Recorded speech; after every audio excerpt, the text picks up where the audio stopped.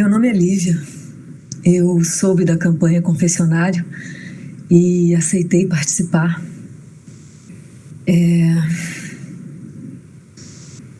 Eu me encorajei a contribuir para essa campanha porque eu acho que a gente já está há muito tempo calada. Eu acho que a gente tem que recuperar a nossa voz.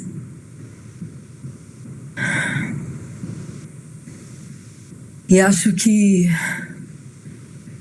a primeira voz que a gente tem que ter é um grito. Um grito de chega.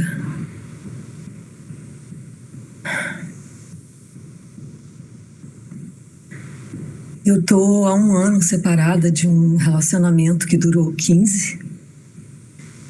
E só agora eu tô começando eu tô conseguindo começar a falar sobre isso. Porque durante muito tempo eu não entendi o que eu estava vivendo.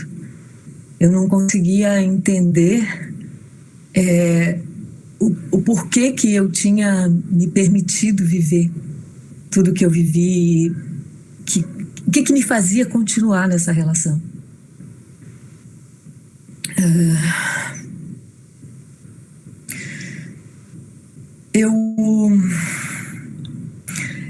É engraçado porque tinha uma convivência que era muito agradável, no sentido de que essa pessoa era muito simpática, era simpática com todo mundo, era um cara muito divertido, era um cara muito gentil.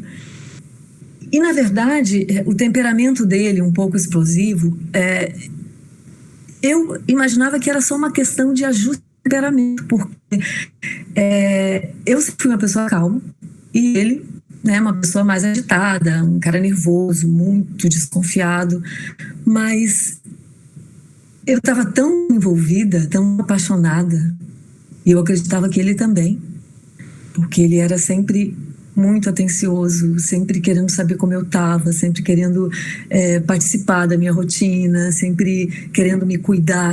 Tinha toda uma gentileza que eu pensava, para mim, era uma questão de carinho, de companheirismo. Eu não sabia que eu estava numa relação abusiva. Eu pensava que tudo ia ficar bem, porque ele era muito atencioso comigo. E ele era uma pessoa muito gentil, muito simpático, uma pessoa que... Sabe aquela pessoa que está sempre pronta para ajudar, que está sempre disponível, que está sempre sorrindo? Uma pessoa querida por todos. Muitos amigos, ele adorava reunir os amigos. Tinha sempre alguma coisa lá em casa, algum churrasco, domingo, dia todo, as pessoas, enfim, bebendo. E toda vez que tinha um encontro desses, toda vez que o pessoal se reunia, os amigos, as esposas, no final, sempre tinha uma discussão. Porque ele sempre tinha uma coisa para reclamar. Era sempre, ou eu não recebi bem as pessoas, porque ele era uma pessoa super atencioso, então ele queria que todo mundo fosse bem recebido, e normalmente era eu que recebia, era eu que fazia tudo. Então, ou ele reclamava que não tinha sido tudo bem feito, ou ele reclamava de um comportamento meu, que eu estava me mostrando, que eu estava rindo que nem mente, estava sendo idiota. Sempre tinha uma coisa que... Mas também isso tudo vinha depois de já ter bebido, de já ter, sei lá, feito alguma discussão de algum assunto que ele não estava com os amigos, ele estava meio nervoso. Então, eu relevava isso, entendeu? Eu não considerava que fosse uma agressão. Ficava um pouco chateada, mas, enfim, depois a rotina continuava, ele era novamente atencioso, novamente presente e tal. Foi quando eu engravidei que tudo mudou. Para pior. Porque quando eu engravidei, eu fiquei totalmente diferente. Eu fiquei muito irritada. Eu perdi a minha calma. Qualquer coisa me deixava ansiosa, eu estava muito à flor da pele. E aí, numa dessas discussões, numa dessas implicâncias, eu reagi, eu alterei a minha voz com ele, perguntei: o que é isso, tá maluco? E aí ele perdeu totalmente qualquer controle. Me bateu no rosto, me bateu na cabeça, começou a me bater. Eu me desequilibrei e caí. E quando eu caí, acho que eu estava muito pesado, eu acho que eu estava com 6 para 7 meses. Ele se assustou e veio me socorrer, veio me abraçar, me pediu desculpa, ficou nervoso e me levou para o hospital. Aí no hospital ele queria muito entrar na sala de atendimento. Aí teve a triagem e tudo, e a enfermeira dizendo que não podia, que era, enfim, só a paciente. Eu acho que ele devia estar muito, não sei, dando na vista que elas ficaram, né, o pessoal ficou um pouco desconfiado lá. E depois que eu fui examinada, a doutora me perguntou. E ela disse que eu podia ficar tranquila, que ela tinha como me encaminhar para um atendimento de proteção imediatamente, com segurança. Mas eu não tive coragem de contar. Eu não contei porque, como foi a primeira vez, e ele veio imediatamente me pedir desculpas. E na verdade a minha preocupação maior naquele momento era o bebê. E estava tudo bem. Então eu pensei que se estava tudo bem com o bebê, a gente ia ficar bem. E realmente, depois desse tempo, depois desse dia, ele se controlou mais. E até o final da gravidez, até o nascimento do João, ficou tudo tranquilo. Não teve mais nenhuma agressão. Até as piadinhas, até as ofensas, né, sumiram um pouco. Não totalmente, mas foi uma pegada leve.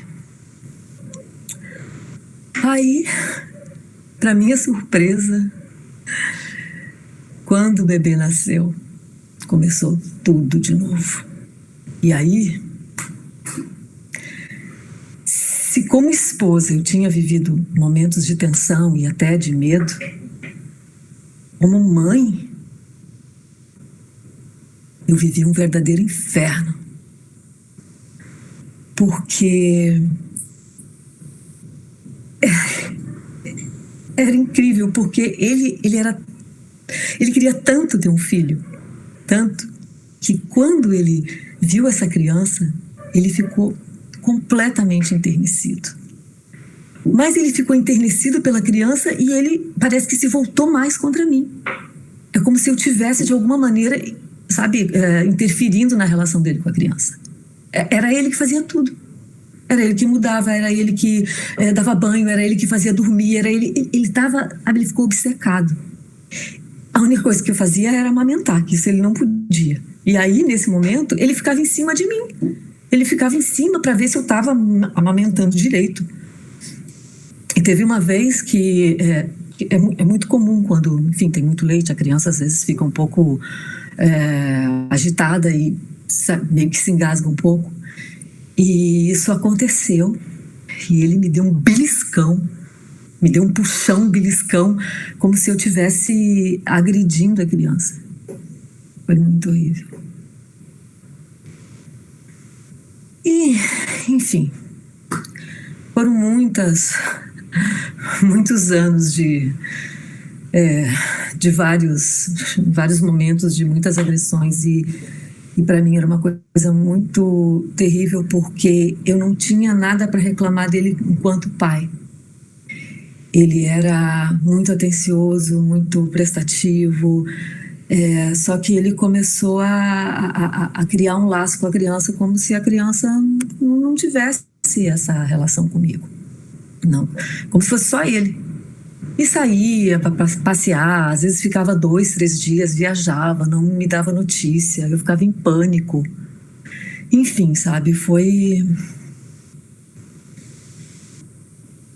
Ele roubou boa parte da minha maternidade. E eu só consegui me livrar dele.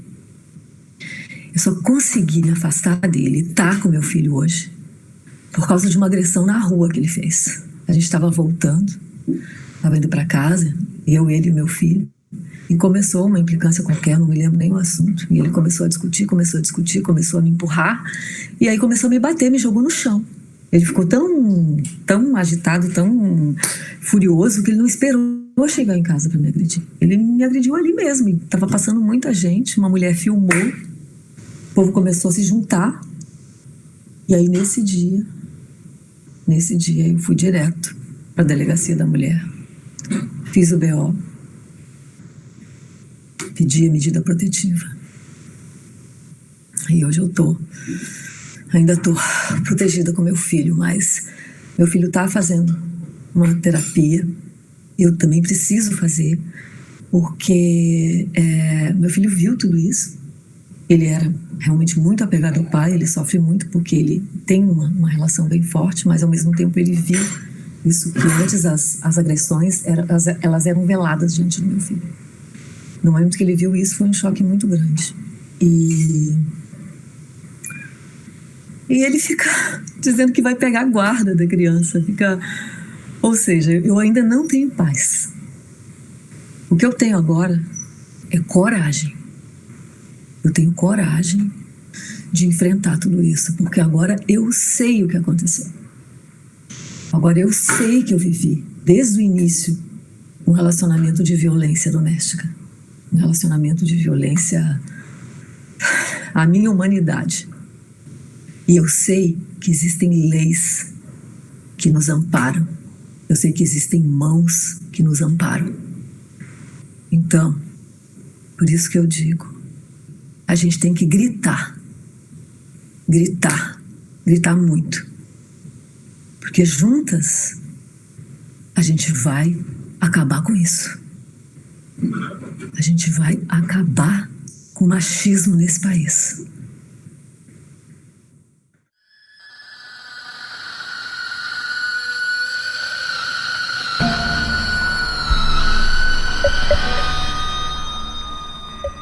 Em muitas varas de família existe o entendimento de que a violência doméstica deve ser discutida em lugar separado, sem a compreensão de que essa violência ela acontece dentro do ambiente da família.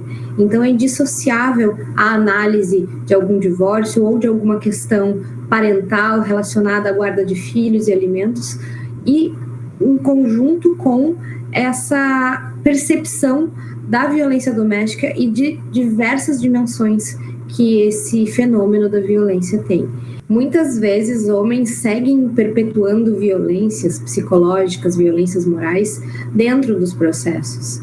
E é necessária uma intervenção estatal para que isso não aconteça, para que sejam impedidos de, exercendo o seu direito de defesa, sigam ofendendo, sigam praticando uma litigância abusiva, que muitas vezes é, inclusive, autorizada por varas de família.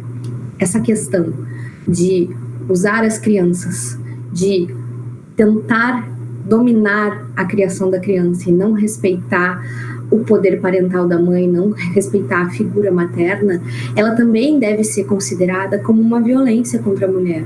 Não necessariamente aquela tipificada na lei, mas uma violência contra a sua maternagem, contra o seu modo de criar e educar aquelas crianças. E isso sim é muito refletido ainda, e infelizmente com muito preconceito às mulheres. Isso é refletido dentro das varas de família.